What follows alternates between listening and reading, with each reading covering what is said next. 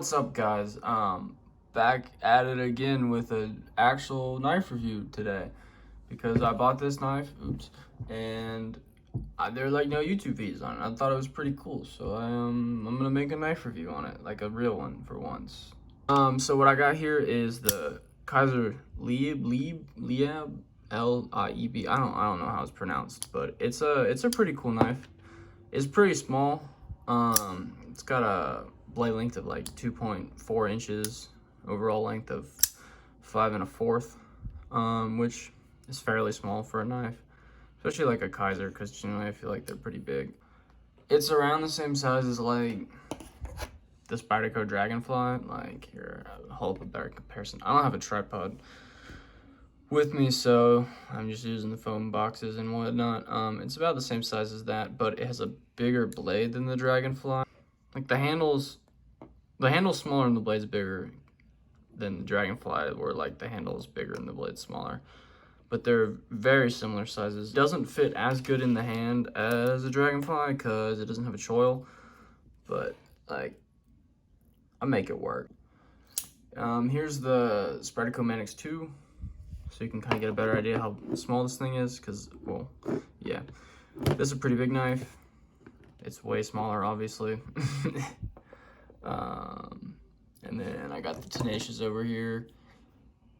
It's just kind of in between. And then got the Kershaw Cryo, which mine is beat the shit up, because this is just kind of my work knife. It's supposed to be spring assisted, but I took it out because I hated it, and now it just kind of does that.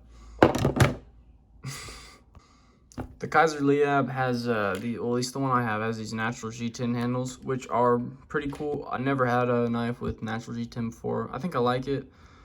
They're pretty grippy, like more so than this Tenacious G10, and definitely more so than this Manix G10.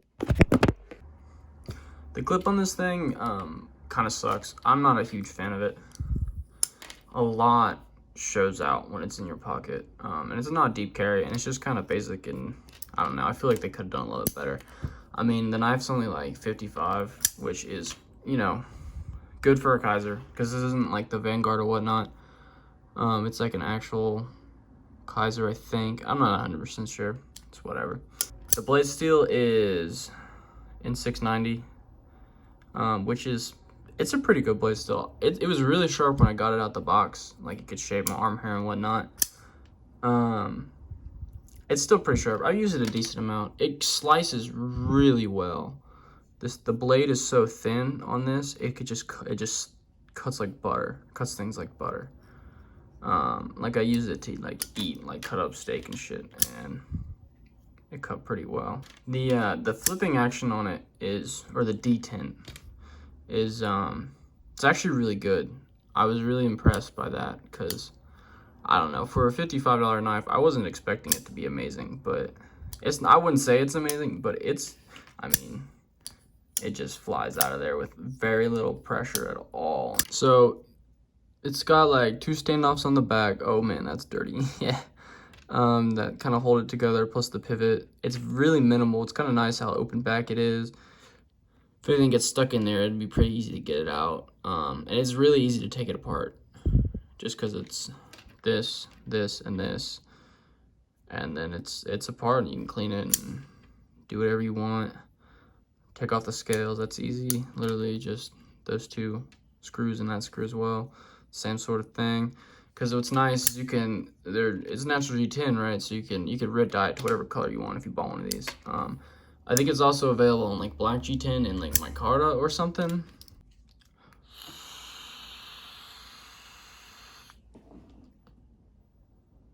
The liners on this thing aren't skeletonized, which I was kind of surprised about, because that's kind of like a normal thing to do nowadays. It's pretty standard to have skeletonized liners. I mean, it doesn't really need it, because it's, you know, teeny and not heavy, but it would have been nice, because it would have made it even lighter, and like, you wouldn't, like, less noble in the pocket and whatnot, which is kind of nice. I like knives that are generally smaller and like more concealable